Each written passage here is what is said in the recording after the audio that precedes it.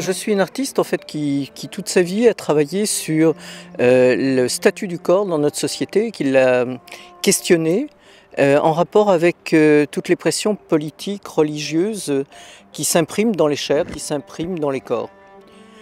Donc moi je suis d'une génération où effectivement la contraception n'existait pas, l'avortement a été interdit. Et donc c'est dans ce cadre en fait que j'ai commencé à décider de faire de la performance, de m'intéresser au corps, alors qu'avant j'avais, on pourrait dire, une œuvre classique. J'ai commencé par la peinture, le dessin, un peu de sculpture.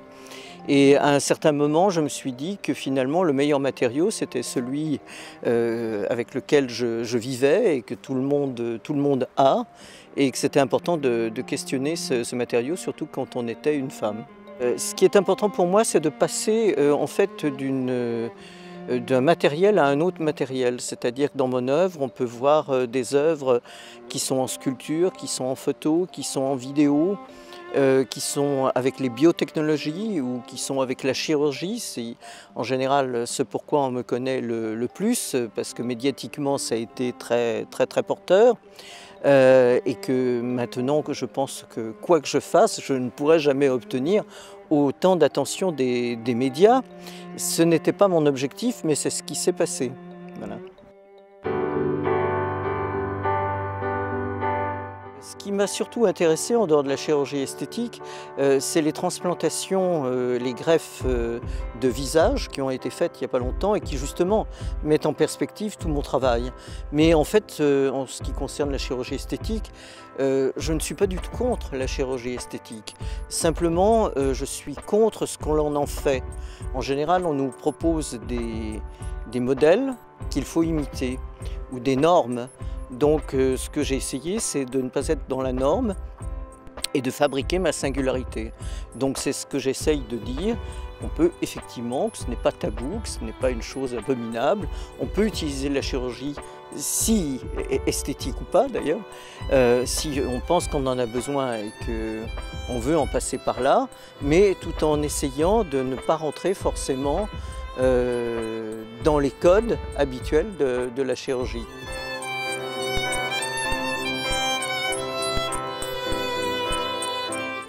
Non, ça c'est des choses que l'on dit toujours dès que l'art fait quelque chose d'un peu différent, où on n'a pas les critères habituels pour en parler.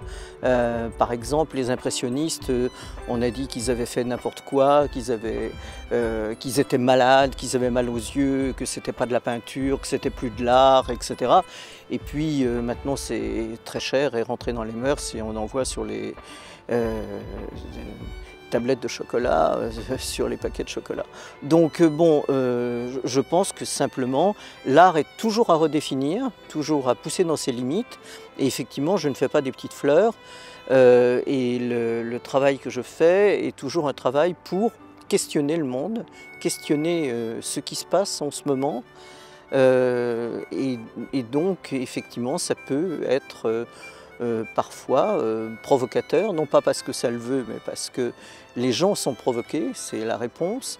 Mais ça ne veut pas dire que j'ai dépassé les limites de l'art, pas du tout. Je les ai peut-être poussées un peu.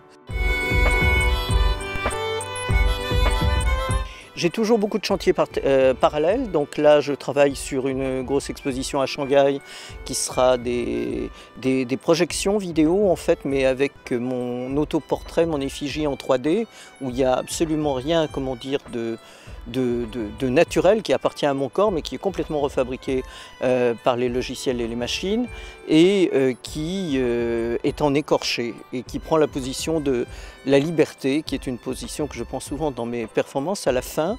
Et donc je travaille là-dessus. Je travaille aussi sur des œuvres qui ont à voir avec les masques du théâtre de Pékin, et qui m'intéressent beaucoup parce que Brecht s'est appuyé sur l'opéra de Pékin pour fabriquer ce qu'on a nommé la distance, puisque c'est la même chose qui se passe aussi dans l'opéra de Pékin.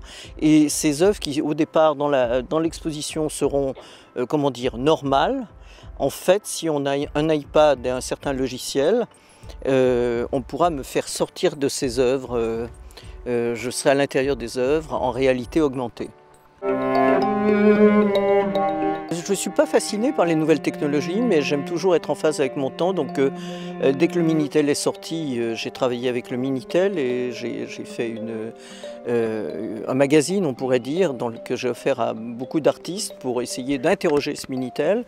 Et j'ai comme cela interrogé plusieurs technologies, et dont les biotechnologies avec mes cultures de cellules, et aussi, par exemple, la réalité augmentée ou la 3D.